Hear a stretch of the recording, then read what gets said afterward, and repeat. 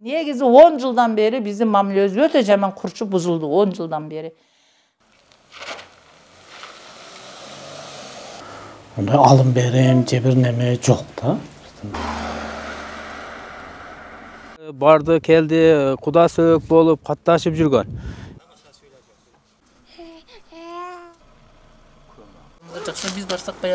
Баткен районунун Аксай айылынын тургуну Буамира Турдалиеванын үйү Варух анклавы менен чектеш жайгашкан.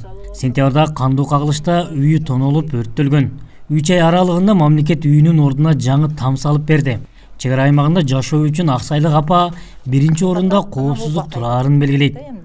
Элдер эгерде биздин мамлекет коопсуздугубузга жооп беребиз деп кепилдик берип, границабызды жакшы четсе, өтө тыкыр көңүл бурса, элдин жашоона границага биз кетебиз деген оюбуз жок. Ушу өзүбүздүн туулган жерибиз биздин. Айылга үйлөрү бүткөндөрү да толук келе элек. Алгаш чек ара чечилип, элге мындан ары чыр чыкпайт деген кепилдик берилсе дейт. 10 жыл мурдагы кошуналар менен болгон мамиле кадыресе жакшы болгонун, эми кайра ошол учурдагыдай ынтымакка келүү үчүн убакыт керек экенин айтат чек арада жашаган апа. О, мурда жакшы эле, өтө жакшы эле. Барды келди эле, алар биздин айылды аралап жүрчү эле, биз алардын айылдан аралап жүрчү элек. Негизи 10 жылдан бeri биздин мамилебиз өтө жаман курчуп бузулду 10 жылдан beri. Мен азыр Лилик районунун Максат айылында турам. Артымдагы айыл Тажикстандын Оочу Калача айылы болуп эсептелет. Эки Кыргызстан жана Тажикстан айылынын ортосундагы жакындык 50 метрдей эле бар. Эч кандай бул жерде чек ара сызыгы жок. Шарттуу гана белги бар.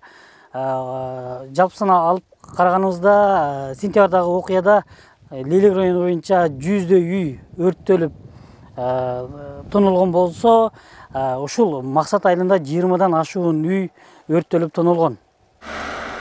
Тажик айылдарынын жылма миграциясын токтотуу максатында 1996 жылы Максат айылы түптөлгөн. Мамлекет 60 үй куруп, 30 сотук жери менен муктаж адамдарга бекер берген.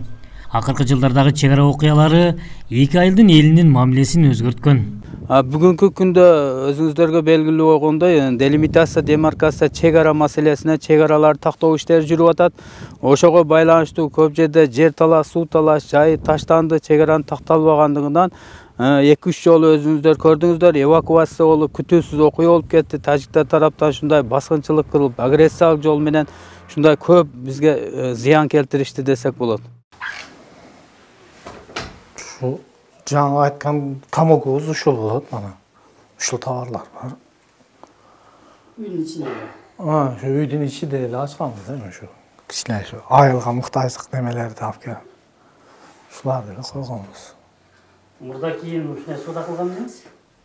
Жок.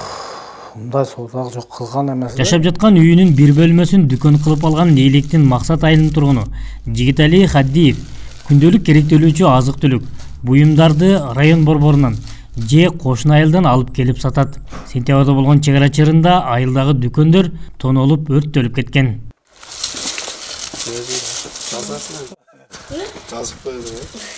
Максат айылында акыркы жаңжалда 20дан ашуун үй жарактан чыккан. Мектеп, дүкөндөр тажик аскерлери тарабынан тонолуп өрттөлгөн. Айылда 290 чукул кожолук жашайт. Максат айылы район борборунан 60, облус борборунан 200 чакырым алыстыкта жайгашкан. Ошолар менен мамиле дагы эле кылбайбыз. Эми салам отурду кол көтөрүп эле салам эле кылчу эди. Азыр эле ошол бир кол көтөрүп коет, ага деп коебуз. Ондай алым берем, же бир неме жок да. Салам эле мурдагыдай эмес. Мурда эмес жөн эле немедек.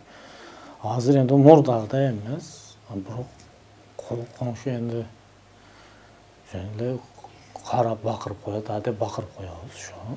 Ал жерде көп талаш тартыштар болду. Ал жерде биз базар ачабыз. Максат айылынын башчысы Сапарали Адинаев алгачкы жылдары кошуна өлкөнүн эли менен ынтымакта жашашканын айтат. Чек арада такталбаган аймактын айынан жер, суу, жол, жайыт талашы чырдын башаты болгонун кошумчалаган айыл башчы мурдакы эки элдин мамилесин эскерди. Илгертте мурдаттан ата бабалары ушу Тажикстан, Кыргызстан жакын чектеш жайгашкандыктан базары барды келди, куда сөк болуп катташып жүргөн.